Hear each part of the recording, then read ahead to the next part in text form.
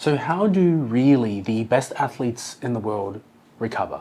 We are sold a bunch of gimmicks like ice baths, compression garments. They have their place. But after coaching so many athletes from so many different sports at an elite level, so I'm going to go through the 5-step process of what is the most important to the least important, and where these athletes put 90% of their effort. Even if you're not an elite level athlete, these are the key things you need to do to double your progress, reduce the rate of injury, perform better. I'm Gus Cook, a strength coach of 15 years, coaching elite powerlifters and athletic performance.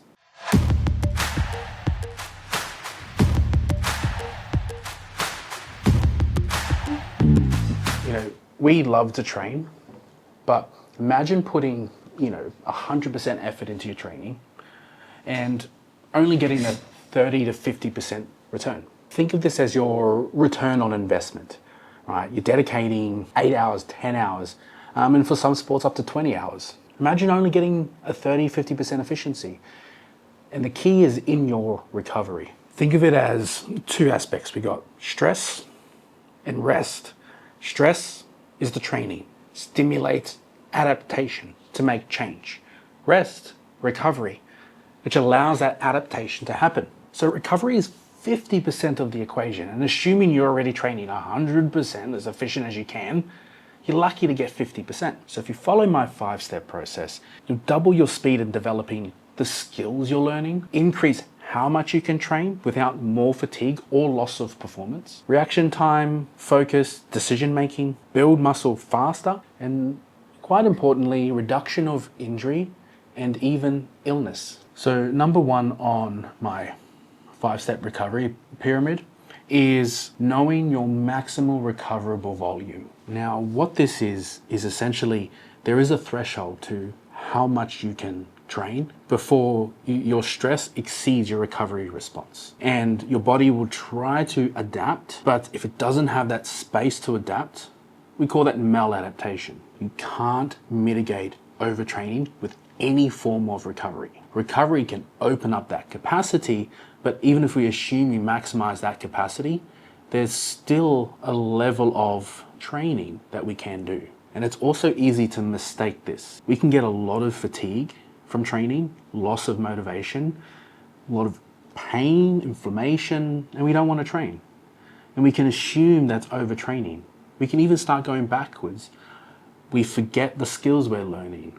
We lose strength. That isn't a sign of overtraining. And understanding this key is important. So the solution here is you got to train more strategically. You can't do everything all the time. You do have to build up your training capacity over time. This can allow you to reach that ceiling better, but you don't also have to do everything all at once. You can spread things out early phases, mid phase, and pre-competition phase. And this is usually the cycle. There's normally 3 to 4 parts, depending on the level of athlete you are, that will break your training up across a training period to prioritize the specific results we want to achieve. And this is where we can incorporate planned overtraining with planned rest periods. Overtraining can work if followed by enough recovery. Over time, this strategic overtraining can increase your work capacity, allowing you to train with more effective volume. So there's a synergistic relationship with recovery, your work capacity, your conditioning, that needs to be built. And a lot of the problems sometimes can be that we all want to go in, we all want to win, we all want to go hard, but it will backfire. And sticking to a pace, accumulating the amount of work you can do, and finding that sweet spot takes time and practice. That sweet spot changes over time. It is always better to push harder, then pull back, than it is to be wary of overtraining.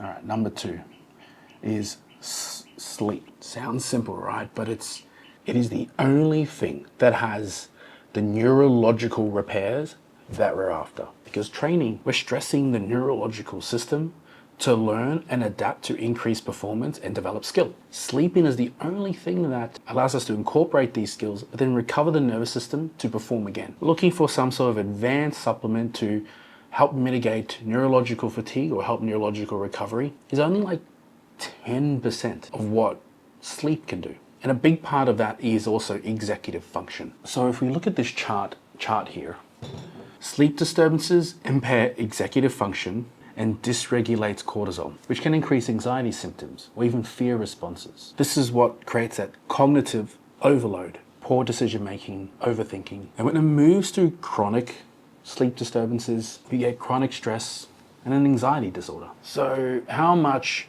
should we sleep? Well, if you look at a study that was done on their NBA, they compared athletes sleeping from 7 to 8 hours compared to 8 to 9 hours. And we got a 29% increase in points per minute, 12% increase in 9% increase in, and a 45% reduction. So there's a lot playing here. That executive function to be able to focus, make decisions, prevent mental overload and fatigue, a lot is due to sleep.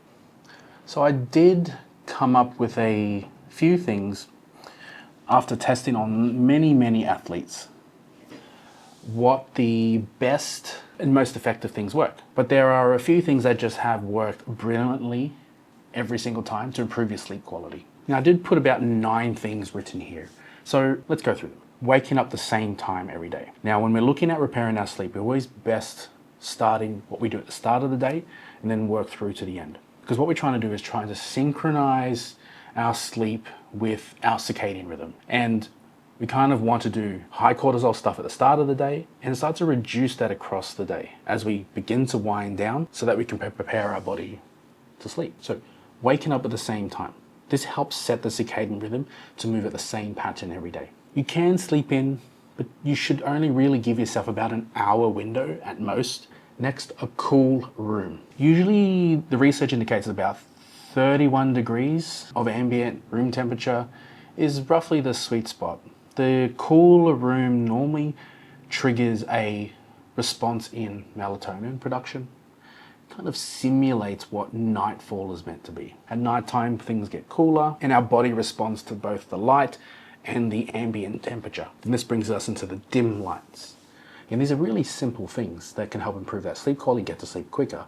And if you're gonna light the house after a certain time, you're best using something like a candle light, red shifted. If you don't have this already in your house, but you can set up different lights where they're bright lights for the morning and we have very dim lights for the evening. Now the next one, this has been very effective. I've seen instant results with this, and that is having a hot shower before bed. If you have struggled with sleep, a hot shower before bed, it's basically as hot as you can, really helps bring that core body temperature down, signaling the same response as a cool room. And I've seen just implementing that one strategy being very effective of helping not only getting people to sleep quicker, but the quality of sleep. Now this last one really helps with overthinking about sleeping. I'm not a fan of sleeping to a strict sleep schedule. Now this can be hard, obviously, when you are an athlete, but I'd rather set up the environment and routine to dictate when I go to sleep. Because the key thing I follow before going to sleep is I go to sleep when I'm tired. Now this makes sense, right? You're tired, you go to sleep. But people fight that to stick to their routine, to watch that next show, keep doing activities that really push them past that tiredness. This goes both ways. If you are tired early, just go to bed. And if you're not tired in time, just wind down some more and wait till you're tired, then go to sleep. If we go to sleep still wired, or you're trying really hard to sleep, a lot of times the anxiety on trying to sleep is what keeps you up. So those are probably the most effective things to help improve your sleep quality. Now, there's one thing that can help increase your sleep, can help increase your performance, that a lot of athletes have the privilege to do, but a lot of people don't, is taking a nap. Now, when you do take a nap, you don't want to sleep too long, 20, 30 minutes, even if it's just lying down, closing your eyes. And usually you don't want to do this too close to your bedtime. 2, 3 p.m. should be the latest. If it's after that time, probably not a good idea to have a nap. But if that is something you can incorporate, you will see a big increase in your ability to perform. Okay, so nutrition is number 3. Now, just a quick story on how effective nutrition is. When I first started coaching in powerlifting, I was one of the first to bring nutrition. I came initially from a bodybuilding background where nutrition is probably the most important thing.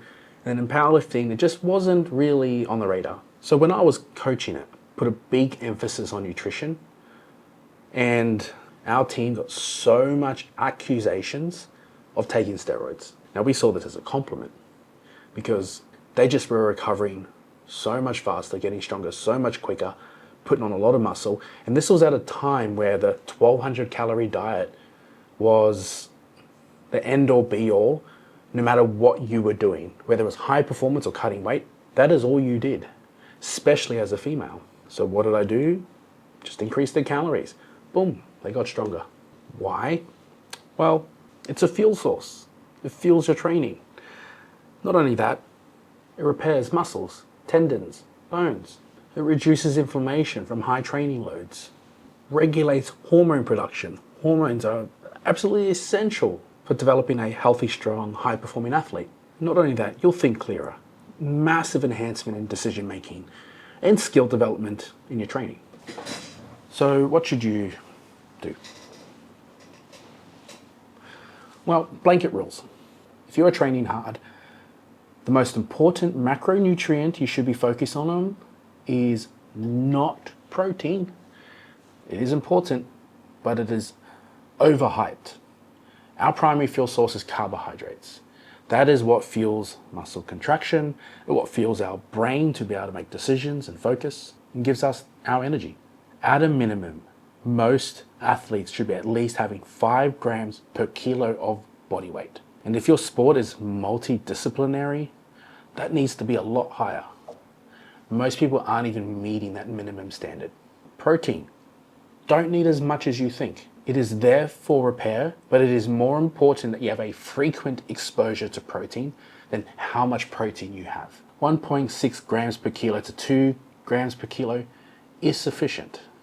Even less is fine if the quality of your protein is really good and you're eating frequently. Which brings us to meal frequency.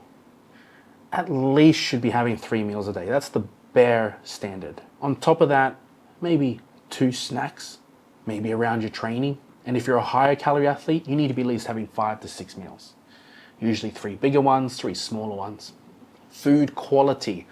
There's no special foods. Have as much whole foods as possible. And if that is difficult, then add more processed food. But keep that priority. There's nothing wrong with processed food, but have as much whole food as possible, then fill the rest up with not highly processed food, but things like sports drinks, fruit juices, cereal, things that are going to fill in those gaps a bit more that is a bit difficult to have when consuming a lot of calories. Okay, step 4, active rest. Rest is actually where all the recovery happens. Rest reduces the impact of tissue tolerance, so training stresses out muscles, tendons, and that just allows the body to reduce that inflammation and allow it to repair.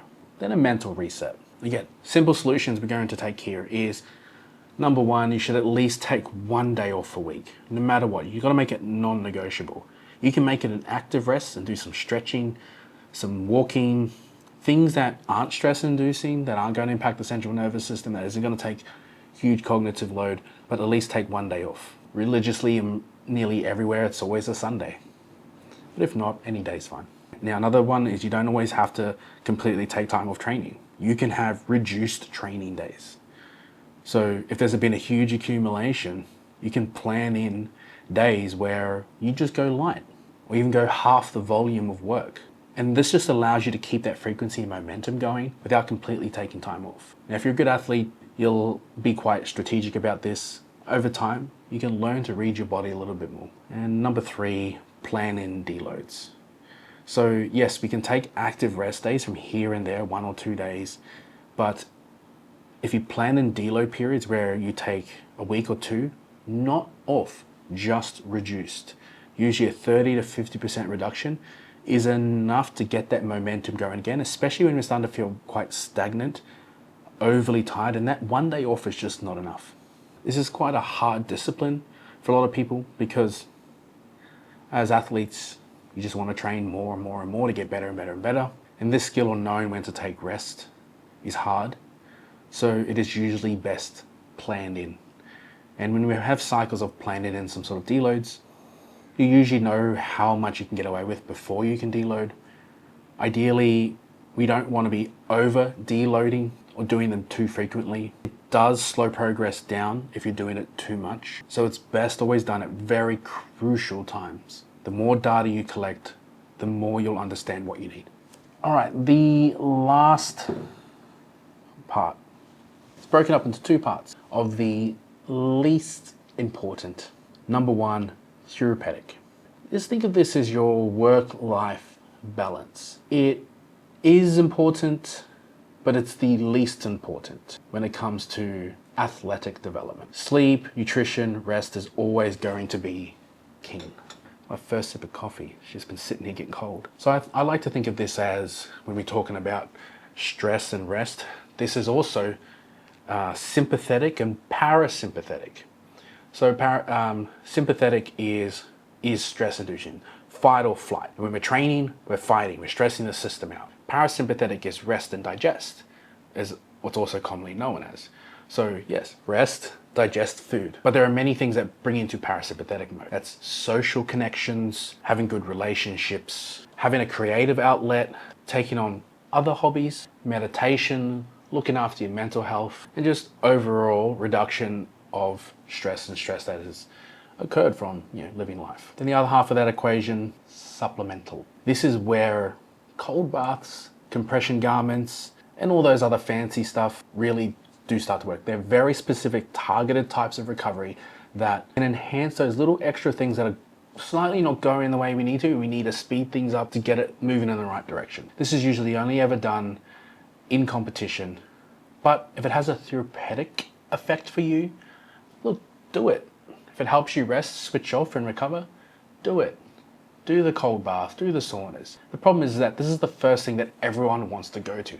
But make sure you cover the first 4 levels first before you focus on this. These athletes train hard, but they recover harder. They put more work outside the gym and just as much inside, but most athletes are going to say is that the hard work is everything outside the gym, because you're always really focusing on making sure you're rested, recovered, you're sleeping, you're eating well, and that's 24/7. Training at the gym is 2-3 hours a day. We all have stresses, we all have work, and we all can't be professional athletes, but this system gives you that bottom-up approach. What can we work on at the bottom of this pyramid and work our way up and take a few things from a few points, from a few areas, but starting from the bottom, and very quickly you will start to see a drastic increase in performance, reduction in injury rates, and how much you get sick. If you don't, you're just leaving so much on the table. So if you're looking for a strength coach to enhance your powerlifting or sports performance, we can help develop a personalized plan for you, not just in recovery, but in every aspect of your training. Go over to my Instagram, shoot me a message, and let's start a conversation.